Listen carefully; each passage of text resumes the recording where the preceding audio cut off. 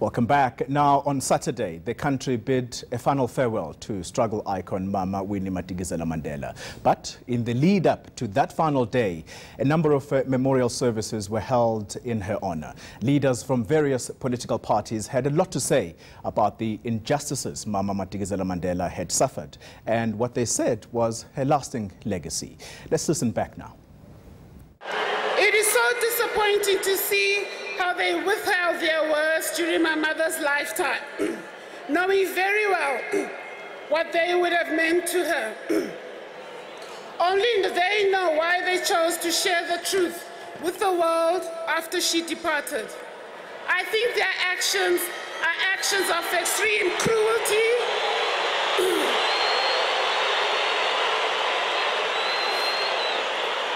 because they robbed my mother of her rightful legacy during her lifetime. It is little comfort to us that they have come out now. I was particularly angered by the former police commissioner, George Fivers, for cruelly only coming out with the truth after my mother's death.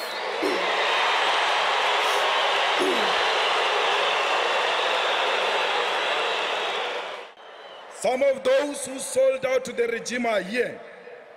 And what is funny, Mama, is that they are crying the loudest, more than all of us who cared for you. Life is so unfair, Ma, because we see these people amongst us here today. We don't know what to do because we don't want to be accused of being insensitive and disrespecting your dignified funeral. We see you in your beautiful suits, betrayals, sellouts. We see you.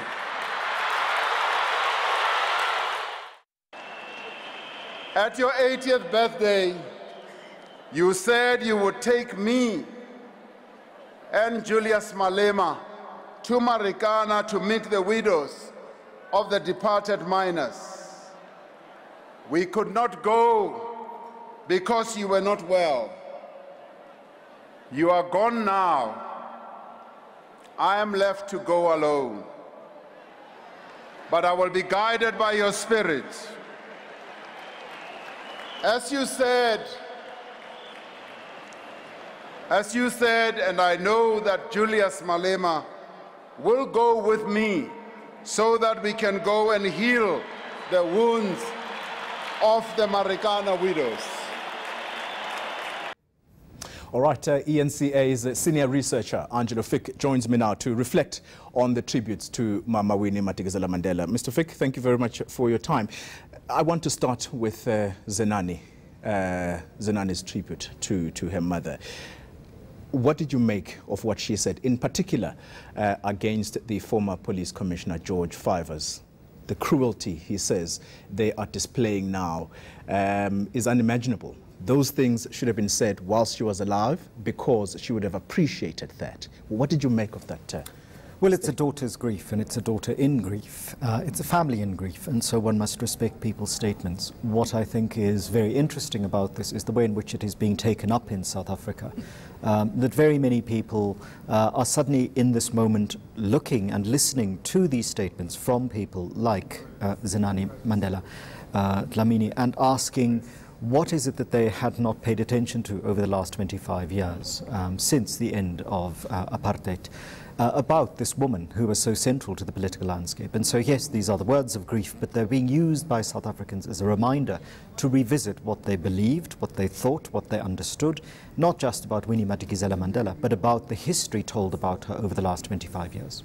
What did you make of what political parties now, in general, responded and reacted to the death of Mama Winnie? How did they use this occasion? So what I find useful is to separate what individuals are saying from what political parties' maneuvers are, because many of these individuals are members of political parties, but they also knew this woman personally. And so there is an element, a very crucial, central element of personal loss and personal grief that must be respected. But organizations as a whole cannot grieve. Individuals, human beings, can grieve. And what I think is going on here is that political parties are seeing this moment as another moment in which to sketch their relationship to Winnie Madikizela-Mandela in a particular way, in often not as the record will show us. So, for example, the majority party has its own very complicated history with Winnie Madikizela-Mandela. We know of the statements from the UDF and the mass democratic movements in the late 1980s distancing themselves from her. We also know that the difficulties that people had and had spoken of working with Madikizela-Mandela inside the organization. But this occasion was not the occasion to recall that, precisely out of respect for the family, out of respect for the woman herself, but also with their eyes, is inside political movements on what's coming up in the next year. I can't ignore, Angelo, what seemingly was happening there. First of all, the working together of the EFF and the ANC, and the fact that Julius Malema was given a platform to speak there. Talks this morning from newspapers that there are informal talks between the ANC and the EFF on how they could cooperate. Are we seeing some kind of political maturity here coming in, or is it something, are we reading too much into it, perhaps? I think it's too early to simply go on rumour, but there has been a political realignment, a second one. So the first one came in the wake of the 2016 local government elections, where the EFF clearly put the ANC on the back foot by suggesting that their conduct was unacceptable and they would punish them. Collective responsibility requires collective punishment, in the words of Julius Malema. What we're seeing in the wake of the land restitution, land expropriation without compensation debate is a realignment in South African politics, and the EFF suggesting that they do not take the DA, in that way, and they will realign with the ANC on this issue and punish the DA in the metro should they not support this. And they've tried to do this in Nelson Mandela Bay. Using Winnie Madikizela-Mandela's death in this occasion is not a cynical move. This is the nature of politics. To assume that political parties are not going to use funerals in South Africa to make political statements is, I think, to ignore the long history going back into the 80s, where Winnie Madikizela-Mandela herself appeared at funerals and used that to conscientize people about the cost of the apartheid state to black people and their dignity.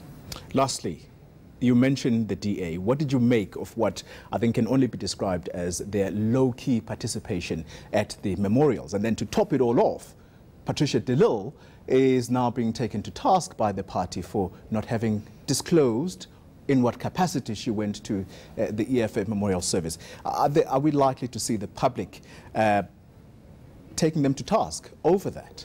I think of all the political parties in South Africa, the EFF and the EFF and the ANC will have had very intimate, through their officials, relations with Winnie Madikizela-Mandela. Given the DA's own values and history, it's impossible to imagine that there would have been some kind of close ideological relationship between the values of Nomzamo Winifred Madikizela-Mandela and the Democratic Alliance. However, Patricia de Lille's history inside the DA has its own dynamic, because she comes out of the PAC as a Pan-Africanist, and so her history with Winnie Madikizela-Mandela would have been far more close in that period, and also in the first democratic parliament of the Republic of South Africa. And so what we're seeing here is one woman undergoing great problems inside her party, Patricia de Lille, attending the memorial service for another woman that underwent something similar, not only in her own party but in the country.